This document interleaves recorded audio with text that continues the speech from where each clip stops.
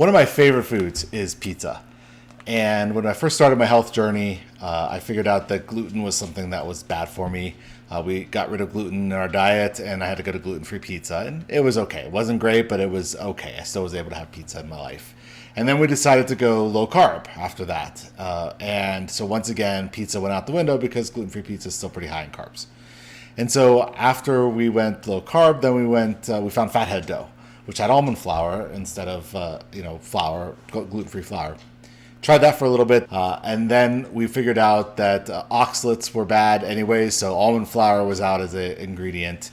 And so here we were stuck with no pizza, and it was just a sad life. So now, however, what I want to show you tonight is a pizza that is not only gluten-free, it's not only low carb, it's not only oxalate-free, it is also carnivore or animal-based as well. So we're going to show you how to do that. It's pretty simple. You're going to be surprised how easy it is.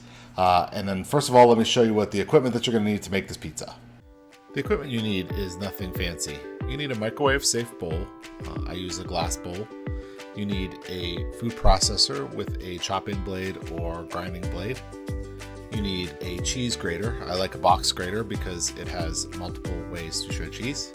And you need some cooking sheets with parchment paper on top of them. In addition, some measuring cups, measuring spoons, and other small utensils may come in handy. And then let me show you what the ingredients are. All of the ingredients you see here were purchased at Aldi. For the crust, we're going to use pork rinds, blocked mozzarella. I like the block because it shreds and melts nicer. And cream cheese. And 2 eggs. That's going to be it for the crust. For the toppings, you can use whatever you want. I like Marscapone cheese with garlic, some prosciutto, some Parmesan cheese, and some mozzarella cheese. I also add some Asiago cheese now and then. Okay, now that you have your equipment and your ingredients together, set your ovens to 425. We're going to start off by grinding up the pork rinds. That's called Pork Panko. You can actually buy Pork Panko if you want, but it's a lot cheaper just to buy the pork rinds and grind them yourself. And we're going to show you how to do that right now. Making pork panko for the crust is super easy, and it's a lot less expensive to make it this way than it is to buy it. So we're going to take our pork rinds and put them into a food processor bowl with a chopping blade, grinding blade, whatever blade you think is going to work best. We're looking for a fine consistency, so as you can see, we got big pieces of pork rind here. We're going to put the lid on, and we're going to go ahead and grind these up, and we're going to come right back, and I'm going to show you what this looks like. We ground the pork rinds for about 30 seconds. As you can see, when we take the lid off, they are in very, very small pieces. It should resemble wet sand or brown sugar in its consistency when you pick it up. As you can see, there's very fine pieces and no big chunks of pork rind left. Next, we're going to shred the cheese for the crust. I like to use a box shredder because it's easy to hold and easier to shred the cheese, and it goes a lot quicker. If you read the recipe, you might be wondering why we're shredding the cheese when we're just going to melt it anyways. Shredding the cheese will help the cheese melt into a better consistency, as you'll see in the next step.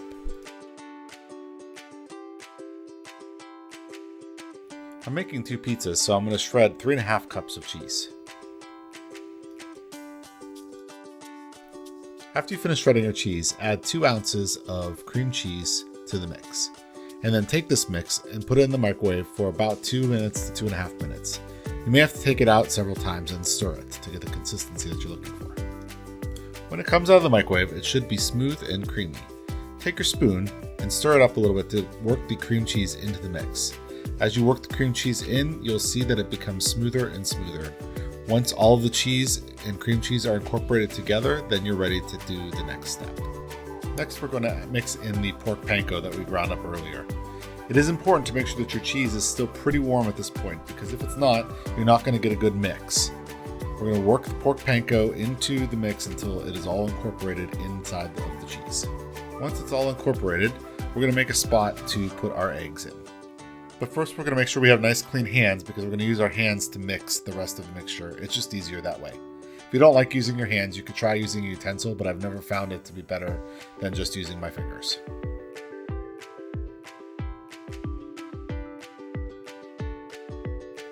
Once both eggs are in there, go ahead and break the yolks and then begin to work the egg into the mixture.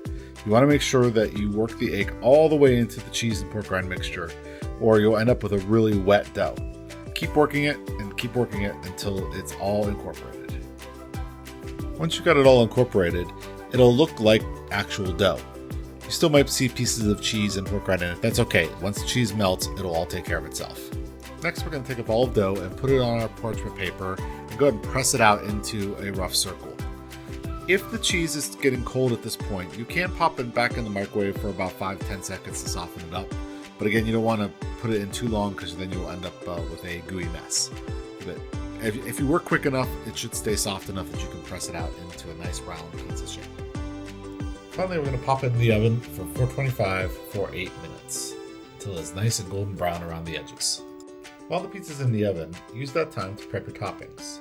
Here I've shredded some Asiago cheese, some Parmesan cheese, and some Prosciutto, and I'm opening up the Marscapone to get it ready to put on the crust. Let's go see if our pizza's done. When it's done, it'll be nice and golden brown around the edges like this. As you can see, Phoebe is very excited about the pizza coming out of the oven. The first thing we're going to do is we're going to go ahead and flip the pizza over. That's going to help make sure that the bottom and top cook evenly. You can see how beautiful and brown the edges are. That's exactly what we're looking for.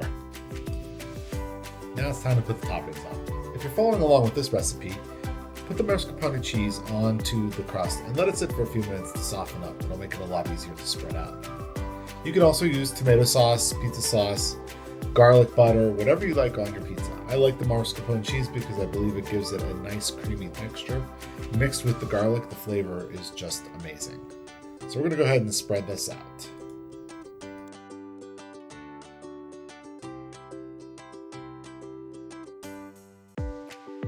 After the mascarpone is spread out evenly on the crust, we're then going to take the garlic and we're going to put a dollop of garlic in the middle and incorporate it into the mascarpone cheese.